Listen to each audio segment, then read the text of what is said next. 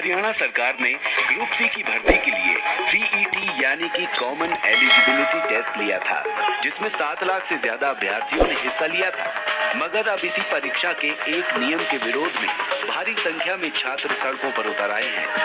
तस्वीरें हिसार की हैं, जहां CET परीक्षा में टॉप 4 गुना अंक लाने वाले छात्रों को ही दूसरी परीक्षा में बैठने वाले नियम का विरोध किया जा रहा है।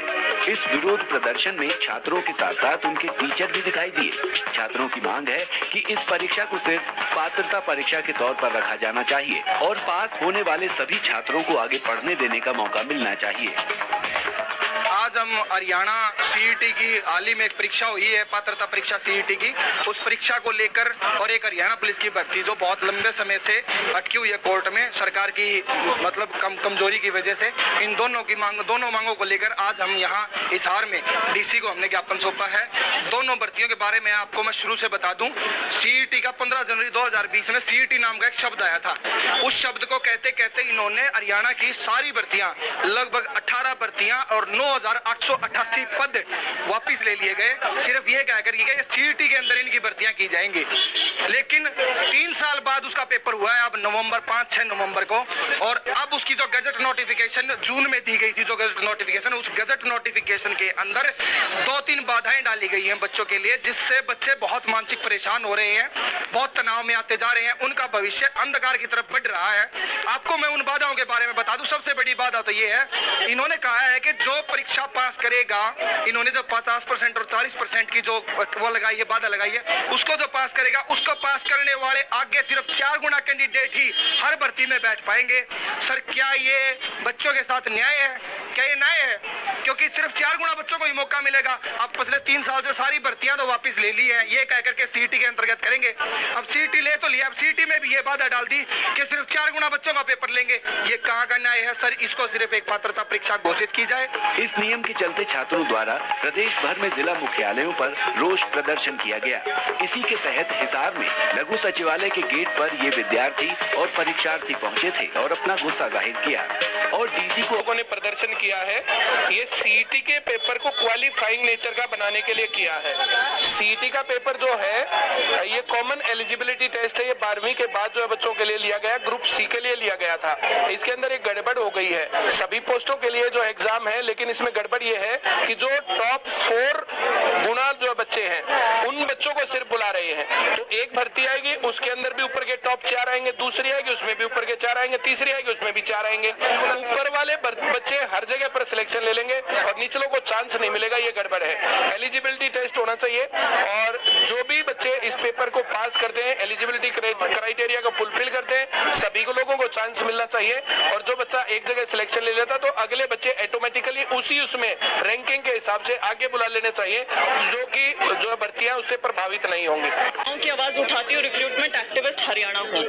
यह कार्यक्रम है, इसका मेन उद्देश्य है CET क्वालिफाई करे सरकार। यदि आप CET क्वालिफाई नहीं करते हैं तो युवा आपको वोट नहीं करेंगे। मैं ऐसा क्यों कह रही हूँ? क्योंकि पिछले 3-3.5 साल से हम लगातार बेरोजगारी में नंबर 1 पर चल रहे हैं। जनवरी 2023 में 37.4% आंकड़ा था हमारा बेरोजगारी का, CMIE के आंकड़ों के अनुसार, centre for monitoring Indian economy. इसके बीच में सरकार, इतनी भयावह बेरोजगारी के बीच में भी सरकार 4 साल तक कोई बड़ी भर्ती नहीं करती है। फिर एक भर्ती लेके आती है CET अम्ब्रेला भर्ती, जिसमें ग्रुप C और ग्रुप D के सारे क्लब करती है। ग्रुप C के सारे एग्जाम्स यहाँ पे कंडक्ट करवाए और उसमें 3,59,000 अभ्यर्थियों ने उत्तीर्ण किया।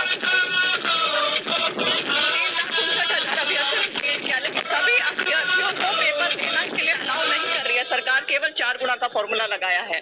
उसके चलते 3.25 लाख के करीब युवा ऐसे ही रह जाएंगे। क्वालिफाइड युवा जो CET में एलिजिबल हैं, जिनके सर्टिफिकेट पर लिखा हुआ है CET क्वालिफाइड, उनको एग्जाम देने का मौका नहीं देंगे। तो उसी संदर्भ में ये आता है कि आप 4 साल तक कोई एग्जाम नहीं करवाते हैं, फिर जो क्वालिफाइड है उन्हें भी एग्जाम बैठने के लिए नहीं देते। ये बहुत गलत है, हम आपका विरोध करते हैं। कल करनाल पहुंच रहे हैं, करनाल का क्या करेंगे? जी, करनाल CM आवास में हम CM साहब को ज्ञापन देंगे और यात्रा समाप्त करेंगे। अपनी जन युवा अधिकार यात्रा श्वेता डुल बहन जी के नेतृत्व में CET क्वालिफाई की मांग को लेकर कुरुक्षेत्र पहुंचे हैं और कुरुक्षेत्र से हम चलते हुए करनाल तक यात्रा करेंगे और इस सरकार को ये दिखा देंगे कि युवा सोया हुआ नहीं है, युवा जागा हुआ है। हरियाणा का युवा अपना नेतृत्व कर सकता है, हरियाणा का युवा अपनी मांग रख सकता है।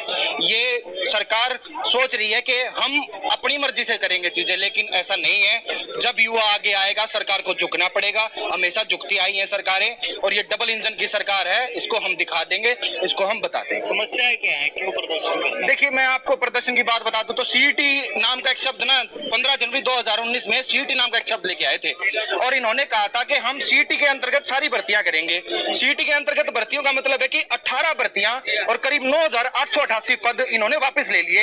ये कहकर हम सीईटी के अंतर्गत करेंगे और 15 जनवरी 2019 से लेकर 23 आ चुका भाई साहब, लगभग 4.5 साल हो चुके हैं और ये सरकार कहती थी कि हम हर साल सीईटी का पेपर करवाएंगे और 4 साल में ये एक पेपर करवा पाए हैं। क्या आप इस सरकार की इच्छा शक्ति और इस सरकार की मंशा सोच सकते हैं कितनी सकारात्मक है? कैसी ये युवा विरोधी सरकार है?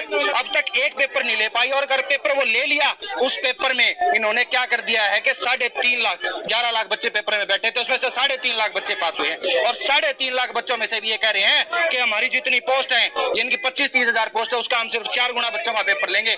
मतलब 3.5 लाख बच्चों में भी विरोधाभास कर दिया इन्होंने, उनमें से सिर्फ 50 से 55 हजार बच्चों का पेपर ले रहे हैं। सीईटी आज सरकार ने कल खुद माना है, जो मैं कितने दिन से कह रहा हूँ कि 2 लाख स्थायी पोस्ट खाली हैं, वो तो भरने का काम करते नहीं। सीईटी का को करके एक नया तरीका लगा दिया।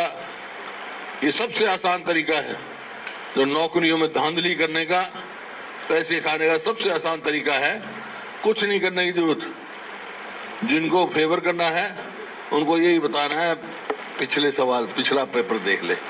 40 पे क्वेश्चन पेपर रिपीट हो रहे हैं, क्या तमाशा बना रहे हैं और लोगों के युवाओं के उसके साथ खिलवाड़ की जा रही है। बेरोजगारी की इन जख्मों पे नमक छिड़कने के फैसले हैं, जो सीईटी वाला सरकार का फैसला है। और आज स्थिति ऐसी आ गई है कि हरियाणा का जो नौजवान है उसको होपलेसनेस हो गई है, निराशा हो गई है कि नौकरी हरियाणा में मिलेगी नहीं। कोई नशे की तरफ जा रहा है, कोई अपराध की तरफ जा रहा है, कोई जो है विदेशों में घर बार बेच के, जहाँ कोचिंग सेंटर होते थे हमारे हर शहर में, आज वहाँ उन कोचिंग सेंटर जो है एलईडी सेंटर खुल गए हैं। जो विदेशों में, मैं अभी अमेरिका गया था राहुल जी के साथ, वहाँ 15,000 युवक हरियाणा के पिछले 1 साल में पहुँचे हैं, कोई किसी रास्ते से, कोई किसी रास्ते से। तो कैसी स्थिति होगी? और वो इतने दुखी हैं, वो इसीलिए पहुंचे क्योंकि उन्हें भविष्य नहीं दिख रहा। ऐसे में सरकार, हरियाणा में भर्तियां लंबित हैं, भर्ती घोटाले हो रहे हैं, पेपर लीक हो रहे हैं और पक्की नौकरियों को कच्चे नौकरियों में बदला जा रहा है। कौशल निगम की बात हो या समाप्त किया जा रहा है, जैसे शिक्षकों के पद समाप्त कर दिए गए। तो हमारी मांग है सरकार से, जो कल करनाल में हमने जो प्रदर्शन किया, पहला तो सीईटी क्वालिफाइंग हो। अगर टेस्ट कराया तो उनको टेस्ट का जो क्वालिफाई, उनको क्वालिफाइंग की नेचर का मौका मिले, सीईटी क्वालिफाई जिसने किया। दूसरी मांग, लंबित भर्तियों को पूरा किया जाए। तीसरी मांग, जो सब पद समाप्त हो गए हैं या कच्चे कर दिए गए 2 लाख के करीब, कौशल निगम को भंग के इन पदों को, 2 लाख पदों को सरकार पक्की भर्ती करे।